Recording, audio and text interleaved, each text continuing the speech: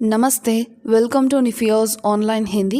நம்ம நிஃபியோஸ் ஆன்லைன் ஹிந்தி அகாடமியில் NCERT syllabus class 10க்கான எல்லா செஷன்ஸுமே எல்லா லெசன்ஸுமே நாங்கள் தமிழில் அப்லோட் பண்ணுறோம். So it will be useful for all Tamil Nadu students. இந்த வீடியோவில் NCERT syllabus class 10 Hindi Sparsh இதில் கத்திய பாட்டு தான் பார்க்க போகிறோம். கத்தியில் ஃபர்ஸ்ட் லெசன் பிரேம்சந்த் எழுதின படே பாய் சாஹப்.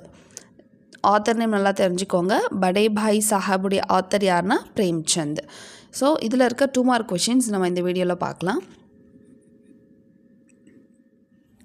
निम्नलिखित प्रश्नों के उत्तर 1-2 पंक्तियों में दीजिए. प्रश्न 1, कथानायक की रुचि किन कार्यों में थी? कथानायक, सो कथानायकना यार இந்த கதையினுடைய ஆத்தர், ஸோ பிரேம்சந்த். की रुचि, रुचिना इंट्रेस्ट, அவருக்கு பிரேம்சந்துக்கு எந்தெந்த விஷயங்களில் இன்ட்ரெஸ்ட் இருந்தது? कथानायक की रुचि खेल कूद, मैदानों की सुखद हरियाली, हवा के हल्के हल्के झोंके, फुटबॉल की उछल कूद, वॉलीबॉल की फुर्ती और पतंगबाजी, कागज़ की तितलियां उड़ाना, चार दीवारी पर चढ़कर नीचे कूदना, फाटक पर सवार होकर उसे आगे पीछे चलाना आदि कार्यों में थी. ஸோ ஆத்தருக்கு எந்த விஷயத்தில் ரொம்ப இன்ட்ரெஸ்ட் அதிகமாக இருந்துச்சு அப்படின்னா கேல் கூது. ஸோ எப்பயுமே ஜாலியாக விளையாடிக்கிட்டே இருக்கிறது. மைதானம் கி சுக்கத் ஹரியாலி, ஸோ அந்த கிரவுண்டில் இருக்க அந்த க்ரீன் கிராஸ் இருக்கு இல்லையா, ஸோ அதிலே இப்போ பார்த்தாலும் ஜஸ்ட் ரோமிங்லேயே இருப்பார். ஹவா கே ஹல்கே ஹல்கே ஜோக்கும்,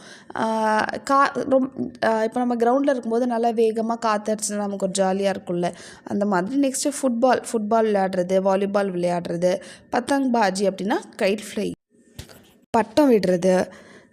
நெக்ஸ்ட்டு காகஸ் கி தித்தலியா உடானா, காகஸ் கி, ஸோ பேப்பரால், தித்தலியா அப்படின்னா பட்டர்ஃப்ளைஸ் செஞ்சு விடுறது.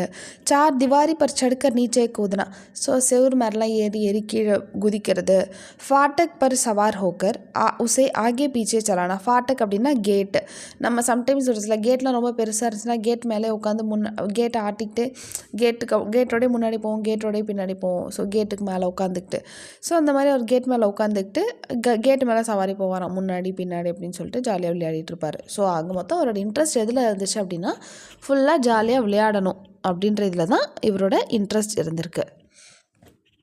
प्रश्न 2, बड़े भाई साहब छोटे भाई से हर समय पहला सवाल क्या पूछते थे? அவங்க அண்ணா எப்பயுமே இந்த छोटे भाई தான் இதில் யார்? பிரேம்சந்த்.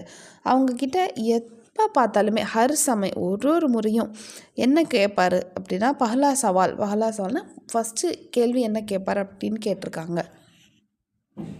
बड़े भाई छोटे भाई से हर समय एक ही सवाल पूछते थे.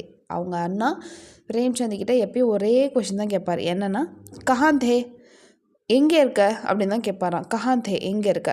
उसके बाद वे उसे उपदेश देने लगते थे. அதுக்கப்புறமா நீ எங்கே இருந்த அப்படின்னு கேட்டுட்டு அடுத்தது அவருக்கான அந்த உபதேசங்கள், சில விஷயங்கள் அட்வைஸ் கொடுக்க ஆரம்பிச்சிடும். உபதேஷ்னா அட்வைஸு, நீ இப்படி பண்ணு, நீ நிறைய விளையாடுற, படிக்கணும்னு சொல்லிட்டு அந்த மாதிரி நிறையா அட்வைஸ் கொடுக்க ஆரம்பிச்சுட்டு. प्रश्न 3, दूसरी बार पास होने पर छोटे भाई के व्यवहार में क्या परिवर्तन आया? ரெண்டாவது முறை பாஸ் ஆனதில் छोटे भाई தான் பிரேம்சந்தனுடைய பிஹேவியரில் என்ன சேஞ்சஸ் வந்துச்சுன்னு கேட்குறாங்க. दूसरी बार पास होने पर छोटे भाई के व्यवहार में यह परिवर्तन आया कि वह स्वच्छंद और घमटी हो गया. वह यह सोचने लगा, இந்த यह பக்கத்தில் அந்த ஃபுல் ஸ்டாப் கொடுத்துருக்காங்க, அதை ரிமூவ் பண்ணிவிடுங்க. वह यह सोचने लगा कि अब पढ़े या ना पढ़े वह पास तो हो ही जाएगा. वह बड़े भाई की सहनशीलता की अनुचित लाभ उठाकर अपना अधिक समय खेल कूद में लगाने लगा. ஸோ ரெண்டாவது முறையும் பாஸ் ஆனதில் அவரோட பிஹேவியரில் என்ன சேஞ்ச் வந்துச்சு அப்படின்னா ஸ்வச்சந்த அப்படின்னா அன்கண்ட்ரோல்டாக, அதான் நம்ம தான் படித்தாலும் படிக்கனாலும் பாஸ் ஆகிருமே அப்புறம் என்னன்னு சொல்லிட்டு அவர்கிட்ட அவரோட கண்ட்ரோல் இல்லை. ஸோ ரொம்ப ஜாலியாக இருக்கார். அவர் கமட்டினா கொஞ்சம் பெருமையும் வந்துடுது, அவருக்கு கொஞ்சம் தற்பெருமையும் வந்துடுது. ஓகே, நம்ம படிக்கிறதுனால நல்லா எழுதி பாஸ் ஆகிட்டோம் அப்படின்னு சொல்லிட்டு. அப்புறம் அவர் இன்னொரு என்ன யோசிக்கிறாரு அப்படின்னா அவள் படே யா நான் படிக்கிறோமோ இல்லையோ பாஸ் தோ ஹோஜ் ஹி ஜாயேகா, நம்ம படிக்கிறோமோ இல்லையோ நம்ம கண்டிப்பாக பாஸ் ஆகிடுவோம் அப்படின்ற ஒரு தாட் வந்துருச்சு அவருக்கு. वह बड़े भाई की सहनशीलता के अनुचित लाभ उठाकर, அதாவது அவர் என்ன பண்ணுறாருன்னா அவங்க அண்ணனுடைய அந்த சகிப்புத்தன்மை, ஓகே அவங்க அண்ணன் எவ்வளோ நாளும் சகிச்சுப்பார் அப்படின்ற அந்த ஒரு விஷயத்த ஒரு அட்வான்டேஜாக எடுத்துக்கிட்டு அவர் இன்னும் நிறைய நேரங்களை விளையாடுறதுலே வந்து ஸ்பெண்ட் பண்ண ஆரம்பிச்சிட்டாரு. प्रश्न 4, बड़े भाई साहब छोटे भाई से उम्र में कितने बड़े थे और वे कौन सी कक्षा में पढ़ते थे? ஸோ படே பாய் சாஹப் அந்த பிரேம்சந்தனுடைய அண்ணா பிரேம்சந்தை விட எவ்வளோ வயசு பெரியவர், அவர் என்ன ஸ்டாண்டர்ட் படிச்சிட்ருக்காரு. बड़े भाई साहब लेखक के उम्र में 5 साल बड़े थे. ஸோ லேக்கக் ஆத்தரோட ஏஜ் கம்பேர் பண்ணும்போது இவர் 5 வருஷம் பெரியவராக இருந்திருக்காரு. வே நவீன் கக்ஷாமே படுத்தே थे, அவர் 9th ஸ்டாண்டர்ட் படிச்சுட்டு இருந்திருக்காரு.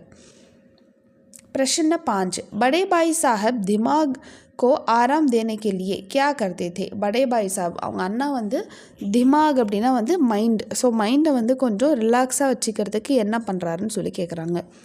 बड़े भाई साहब दिमाग को आराम देने के लिए कभी कापी पर वे कभी किताब के हाशियों पर चींटियों, कुत्तों, बिल्लियों के चित्र बनाते हैं. कभी कभी वे एक शब्द या वाक्य को अनेक बार लिख डालते. कभी एक शेर शायरी की बार बार सुंदर अक्षरों में नकल करते. कभी ऐसी शब्द रचना करते जो निरर्थक होती. कभी किसी आदमी को चेहरा बनाते. ஸோ அவர் ஃபஸ்ட்டு என்ன பண்ணுறாருன்னா கபி காப்பி பர் வே காப்பி கர்த்தே தே அது போட்டுக்கோங்க. என்ன பண்ணுவார்னா புக்கில் இருக்கிறத அப்படியே நகல் எடுப்பார்.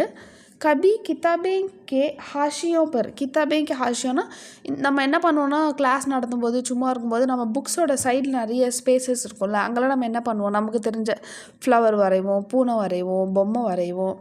இது ஜஸ்ட் எல்லாருமே பண்ணக்கூடியது தானே. அந்த மாதிரி அவருமே வந்து என்ன பண்ணுறாருன்னா கிதாப்கே ஹாஷியோனா அந்த மார்ஜின் சைட்ஸ், மார்ஜினில் ஓரங்கள்லாம் ஸ்பேஸ் இருக்குல்ல, அந்த இடத்துல டயக்ராம்ஸ் வரைகிறது. அவர் என்ன டயக்ராம் வரைகிறாருன்னா சிடியும், பறவைகள், நாய், பூனை, இதனுடைய பிக்சர்ஸ்லாம் வரைஞ்சிட்ருப்பாராம்.